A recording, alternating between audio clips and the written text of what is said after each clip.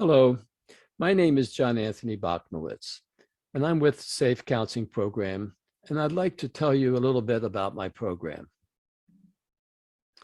SAFE stands for Supportive Alliance for Family Empowerment. We also do business as Supportive Alliance. If you watch the entire presentation, you will be shown our theoretical orientation of the program, 6 ways to give love to yourself, a perspective on how to alleviate fear, the role emotional wounds play in our lives, a process to heal emotional pain, the importance of our thoughts, and how to control the outcomes of your life.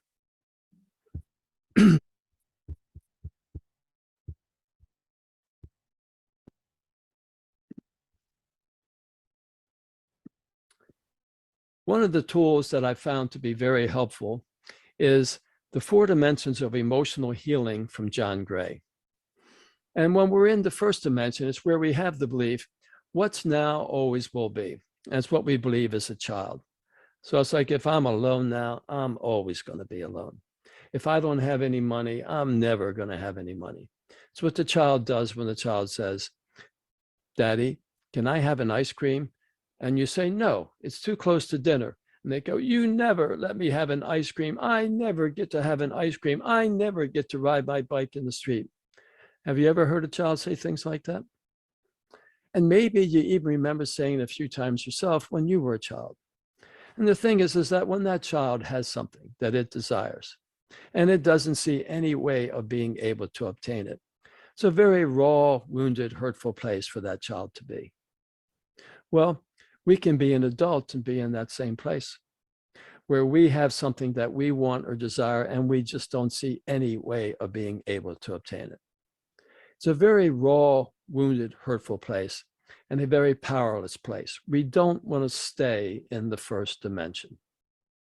We move to the second dimension when we realize that there's a cause and an effect. It's because I just broke up in my relationship, that's why I feel so alone.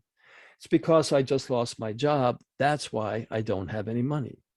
It's because it's too close to dinner, that's why I can't have the ice cream. So I see that there's a cause, and that creates an effect, and then that becomes cause for another effect, and then that becomes cause for another effect. And I can see that things do change, and they're not going to always be this way. But when we're in this dimension, this is where we have a tendency to blame. Well, if you hadn't hit me, I wouldn't have hit you. If you hadn't yelled at me, I wouldn't have yelled at you. If you hadn't done what you did, I wouldn't have done what I did.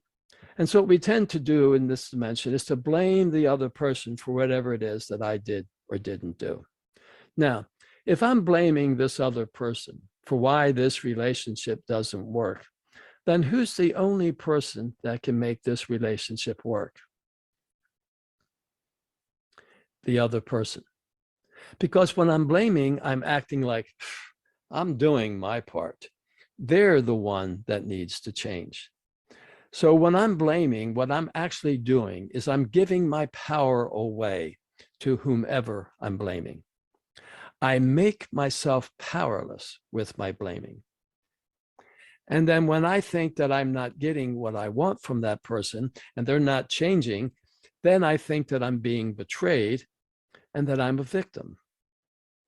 But I make myself powerless and I make myself a victim with my blaming.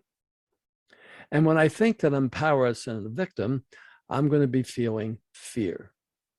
The fear of losing something that I have, or the fear of not getting something I desire. And then if I turn that fear to anger, I can direct that anger at others, at myself, or property or object. It's not going to make my fear go away. So the thing to recognize is that we all have a tendency to blame. Blaming is something that we learn to do at a very early age. 2-year-olds learn how to blame. Did you eat that cookie? No, it wasn't me.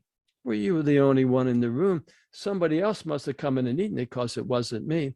And that 2-year-old is blaming someone or something else because it's too embarrassed and ashamed to admit that it made a mistake. And it's fearful of losing the love of whoever caught it in the mistake. Well, We can be an adult and be in that same place where we've done something and we're too embarrassed and ashamed to admit that we made a mistake. And we're fearful of losing the love of whoever caught us in the mistake. So the thing is to recognize that we all have a tendency to blame, but not to allow ourselves to stay there. Because what we'll do sometimes is we'll say, this relationship isn't working. This person's acting like a jerk. That's why this relationship doesn't work. They're a jerk. Case solved. No, it's not that simple. I need to recognize that I'm blaming, but then I need to be willing to move beyond the blaming. And what I need to do to move beyond the blaming is I need to learn how to find the feelings that come before the anger, the fears, the shames, the sadnesses. When I can learn how to identify those feelings and then do what I need to do to alleviate them, then the emotional healing begins. But if instead I turn those feelings to anger, I can express anger all day, every day for the rest of my life. And it's not going to heal whatever I'm angry about as much as there's dirt underneath my thumbnail. And it's pretty clean today. But if I get in touch with my fears and my shames and my sadnesses, and I do what I need to do to alleviate them, see, then the emotional healing begins. Then I can move to the third dimension where I take responsibility for my part in the situation. What am I doing that's causing this relationship not to work? When I can see what I'm doing, now I have power to change this relationship. When I only see what they're doing, then it appears that they have all the power, but only because I'm giving up my power and I'm giving all the power to them. So I take responsibility for my part in the situation. Then to further the healing, what I need to do is to forgive. And who I need to forgive is others. That's whoever it is that I'm blaming. And I need to forgive myself for whatever it is that I did or didn't do. Now, for whose benefit do we forgive? For our own. Forgiveness is a gift from me to me. It's not about the other person needing my forgiveness. It's not about them deserving my forgiveness. They don't even have to know that I've forgiven them. They can be dead and I forgive them. And of course, they can be dead and I haven't forgiven them. Because if I have bitterness or resentment in my heart because I'm holding on to a grievance about something they did or didn't do, that bitterness or resentment is taking up space in my heart and preventing me from having love in my life. So if I want to have more love in my life, then I need to remove that bitterness and resentment. That's what forgiveness does. And then I can replace it with love, and it can be love for someone or someone else, but I now have more love in my life. So I need to forgive others, that's whoever it is that I'm blaming, and I need to forgive myself for whatever it is that I did or didn't do. But to forgive doesn't mean I have to forget.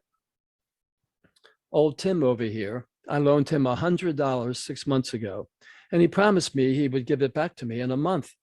And I run into him and I say, hey, Tim, what happened to that money? Oh, gee, John Anthony, gosh, I'm really sorry, but my kid got sick and I lost my job and I just don't have it. That's okay, Tim. I forgive you for not paying me back. You do, John Anthony? Wow, you're a really nice guy. Hey, John Anthony, can you loan me $50? Well, unless I have $50 that I want to throw away, I say, no, Tim, I forgive you for not paying me back the 100. But just because I forgive him for not paying me back the 100 doesn't mean that he's going to turn his life around and start paying everybody back. So I forgive somebody for what they've done, but it doesn't mean I have to let them keep doing it to me over and over and over again. There's an old saying, fool me once, shame on you. Fool me twice, shame on me. The first time I didn't know that you did those things, but the second, the third, the fifth time that this keeps happening, I can't put all the responsibility on that other person. I need to see what it is that I'm doing or not doing that's allowing this to continue. Then I can move to the fourth dimension where everything happens for a good reason. And that's real tough for a lot of people because they say, you've got to be crazy. This is a terrible situation. How can something good come out of this? That's ridiculous. Well, I use an example in my own life. I would talk to my mom my mom would talk to my dad would talk to my mom, and then she would talk to me. And she was the midpoint of a triangle between my dad and I. And she assumed that role because years prior to that, my dad and I had very strong views that were in opposition to each other. And it was very hurtful to my dad that I didn't see things from his perspective. And it was very hurtful to me that he didn't understand and see things from my perspective. So that we wouldn't have to deal with all that hurt as we interacted with each other, it became convenient to go through my mom. Well, when she died, that forced my dad and I to learn how to talk to each other. And I was able to have a much better relationship with my dad after my mom died than I was before she died. And that's an example of how something good came about from something that wasn't good. Now, a mistake a lot of people make, though, is they try to jump to that fourth dimension right away. Oh, well, this must all be happening for a good reason. Well, no, that alone isn't going to heal it. I need to see that it's not going to always be this way, that there was a cause and an effect, and who or what I'm blaming. I need to learn how to find the feelings that come before the anger, the fears, the shames, the sadnesses, and then do what I need to do to alleviate them. Take responsibility for my part in the situation, forgive others, that's whoever I'm blaming, or myself. Then I'm going to be available to see the good thing that comes out of this.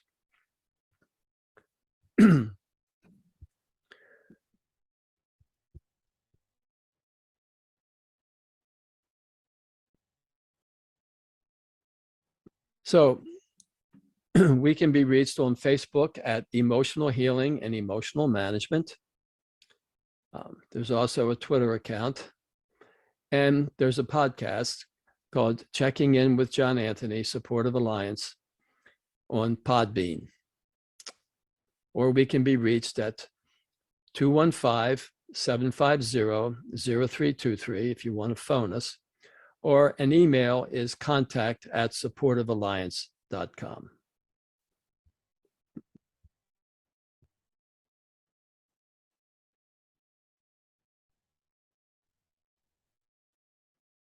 So if you have any questions, contact us, and I'll be glad to answer them to the best of my abilities.